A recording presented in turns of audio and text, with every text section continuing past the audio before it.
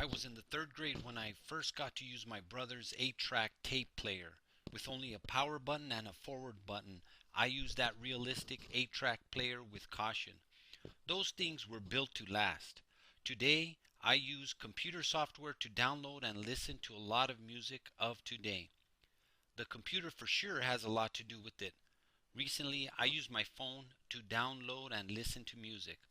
All these tasks now are easier to do, and the medium of listening to music has changed in the last 35 years, from 8-track tapes to bytes in a digital format. I have experienced the ever-changing way of obtaining the latest top 40 hits. At the age of 8 years old, I remember trying to use my brother's 8-track tape player to listen to music. I was basically mimicking my brothers, who would always play their music really loud on a stereo system, which comprised of two large speakers, an 8-track tape player, a separate equalizer, and a separate amplifier. Later, a separate record player would be added, and finally a separate cassette player. This monstrosity of a stereo system would take up the whole south side of the wall in our shared bedroom. This was the latest in technology in music listening.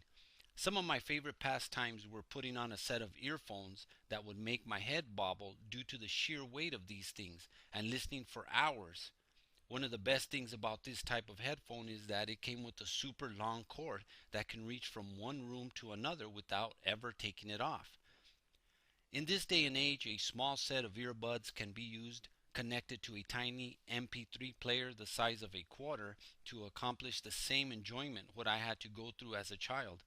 With over 4,000 songs at the ready for my listening pleasure, technology has changed to listen to the latest remake of what today's kids consider new.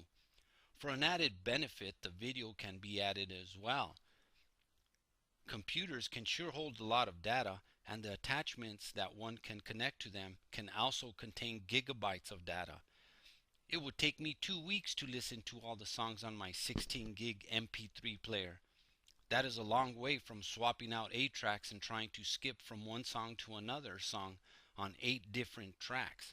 Actually, it was 4, but each song used one track to be played on each year. As an emerging technology, cell phones these days can accomplish everything a computer can. All this invention of new technology comes compact in a 2-inch by 3.5-inch cell phone that is a quarter-inch deep. From listening to music, making a phone call, and checking your emails can all be tasks that can be done on the go or sitting at the bus station. It's not new when someone is too busy checking their cell phone and causing vehicle accidents. In the 70s, I am sure someone would cause an accident just because they were swapping out an 8-track.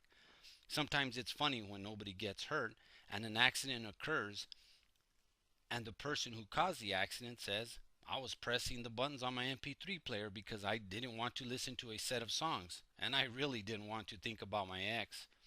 As for a future technology, I don't think a rope attached to a small box will be a catching idea. I first saw this invention about a year ago and have yet to see one in people's possession. This new technology can do everything a computer does but project it from a small box that hangs around your neck. This device was first shown on a TED program and is utilized by people who can walk around and do a small presentation with it and show everything from a virtual screen projected into thin air.